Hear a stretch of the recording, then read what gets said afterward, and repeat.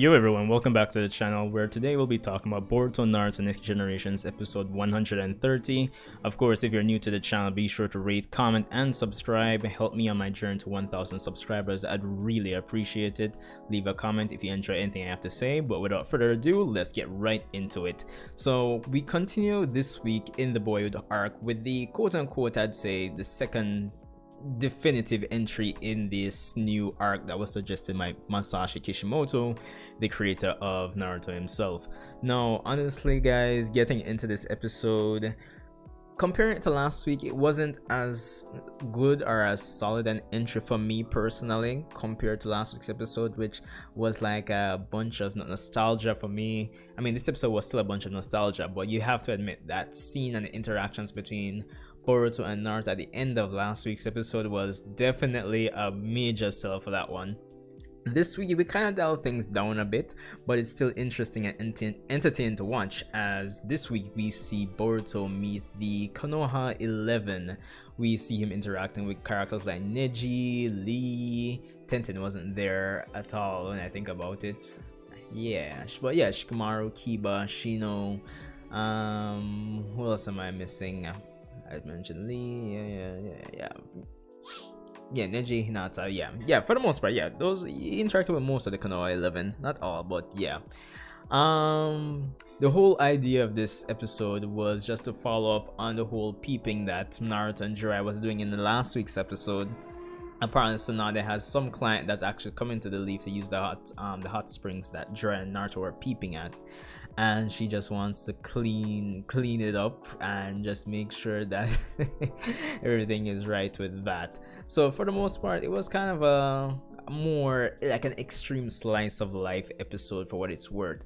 But as I keep on saying with this arc, the selling point is definitely the interactions between Boruto, Sasuke, and these members of Konoha of the past. For the most part, we start off the episode with Boruto essentially complaining about the fact that Naruto only eats ramen for breakfast, lunch, and dinner, and to that extent he goes on to basically introduce him to some new flavors of ramen by, you know, making it himself. So that was interesting. I didn't actually know that Boruto could cook. That's an interesting tidbit, I guess.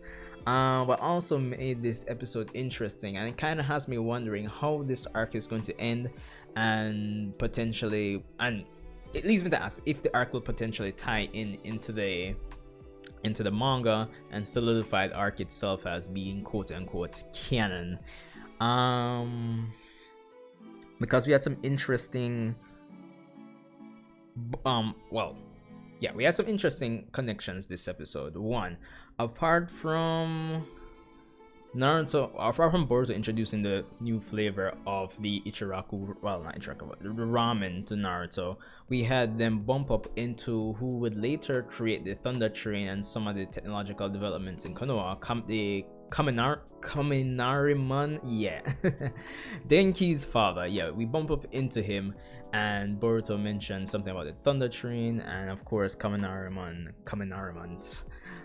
you know, kind of thinks about it for a bit. So it kind of has me wondering if how all of this arc will affect things going forward, and will they tie it into the manga. So this episode, if nothing else, did leave me with that question, and so that's always good. Now, I think it's safe to say all characters were in character for this episode as we move to the whole hot springs cleaning portion. Now, obviously, Naruto being Naruto, trying to hold things on the down low and make sure nobody finds out he was peeping. We have Kiba being Kiba, and all the characters were just in it's like watching part 1 Naruto again. Now, honestly, the sell for this episode is more so Boruto finding out more about his father, about his comrades. And I think the biggest part, or the biggest sell of this episode, apart from, I'd say, him bumping into Konohamaru, and that was another interaction as well. The biggest sell for this episode, and what a lot of people were looking forward to, is Boruto finding out that Sasuke left the village. And it was honestly being built up for most of the episode from like start to finish, because in the beginning we see, after Naruto's continuing his tour of the village with Boruto, Boruto asked him about Sasuke, his other teammates. We had a bit of it in the hot springs after they left the hot springs, as they basically revealed that they'd be up for, you know, recruiting Boruto as a ninja based on the movements, based on the whole antics they went on with at the hot spring. Yeah, they kind of analyzed the movement and say, yo, you do really well as a ninja, you just need to really brush up on certain things. And apparently Konoha is short-staffed, they'd be willing to take another genin on board. And it builds up to Boruto finding out that Sasuke did in fact desert the village, which is something I've been looking forward to seeing how he reacts. And it was good, I'm not gonna lie. And even when he confronts Sasuke at the end, it's clear that Sasuke is still pretty, he doesn't talk about it a lot. He kind of reminds Boruto that they're only there to protect Naruto from Urashiki, and that's it. Let's not interact with our past selves more than necessary. So it's interesting to see this, because you'd think after like what, 15 to 16 years, well, at this point we're like 17 years removed, give or take, from where Boruto is in the timeline. So it's kind of interesting to see that Sasuke still seems to hold like a great deal of regrets and, you know, just guilt over his actions at this point, even though he does go on to admit to Boruto he didn't see any other choice but leaving the village at that point in time. Is obviously he still has a lot of regret, and that says a lot about his character and how Sasuke as a character has developed. It's interesting to see, and I'm looking forward to see more of that in terms of them exploring Sasuke through this whole time travel aspect. It's definitely interesting, I'm not gonna lie. By the end of the episode, we see Urashiki come into place, and it's the right time, honestly. If you watch the video I put out about the upcoming Boruto episode titles, you will know that next week's episode is going to involve the Nine-Tails, so it's only right that Urashiki shows up on this episode.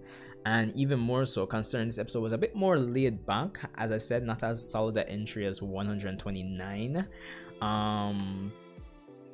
It's good Urashiki showed up to pick up back the pace. I don't mind like the occasional or in between extreme slice of life, but we gotta kind of stay focused and keep our interest, else the arc is gonna kind of just dive down into like, okay, we have some interesting stuff, but it's kind of just and that's what we kind of got with the whole Urashiki and Shukaku arc, where we had an interesting premise, but it kind of just went downhill in terms of okay, I'll just watch it, if you get what I mean.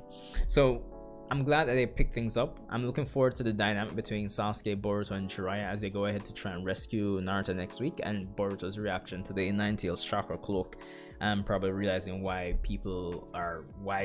realizing more why Naruto was ostracized or basically hated by the village. That's going to be interesting to see.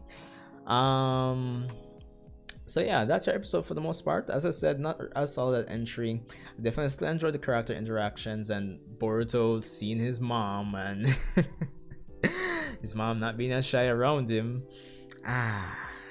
Weird. Very weird. But yeah, that's pretty much all I have for this one, people. Let me know what you guys thought about episode 130 of the Naruto Next Generations, well, Boruto Naruto Next Generations anime. Is there anything I missed? Either agree or disagree with what I said? I mean, just leave a comment in the comment section below, and you know, let's have a discussion about it. As I said, I'm really looking forward to next week's episode. I'm hoping it does not disappoint, because that episode is really and truly going to be the, how should I put it, it's really going to indicate how long this arc is going to go on for, or how, if it can really keep pace, if it can go beyond just selling us nostalgia and character interactions. That's what I'll have to say about that one. But yeah, of course, if you haven't checked out my review of Boruto manga chapter 39, definitely check that out as well. Plugging all the videos here and the few discussions that I've done. Of course, I'm going to link them as end cards at the end here. So yeah, but anyways, Andrew Uchiha, rate, comment, leave a like or dislike, and I'll see you in the next one.